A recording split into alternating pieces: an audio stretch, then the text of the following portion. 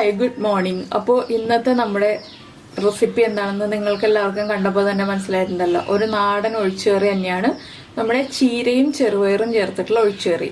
അപ്പോൾ ചീരയും ചെറുപയറും ചേർത്തിട്ടുള്ള ഒഴിച്ചുകറി മിക്കവാറും നിങ്ങൾ ഉണ്ടാക്കിയിട്ടുണ്ടാവില്ല. ചിലപ്പോൾ ചിലരൊക്കെ ഉണ്ടാക്കിയിട്ടുണ്ടാവുമായിരിക്കും. സാധാരണ നമ്മൾ ചീരയും പരിപ്പും ചേർത്തിട്ടാണ് ഒഴിച്ചുകറി ഉണ്ടാക്കാറുള്ളത്.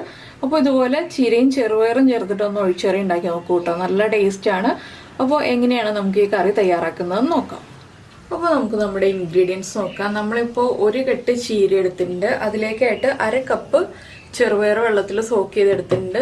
ചെറുപയർ സോക്ക് ചെയ്യണം എന്ന് നിർബന്ധമൊന്നും ഇല്ല കേട്ടോ. ചെറുപയർ സോക്ക് ചെയ്താൽ അത്രയും കുറച്ച് ഗ്യാസ് ചിലവാവുള്ളൂ. നമുക്ക് വേഗം തന്നെ കുക്ക് ചെയ്യാൻ പറ്റും.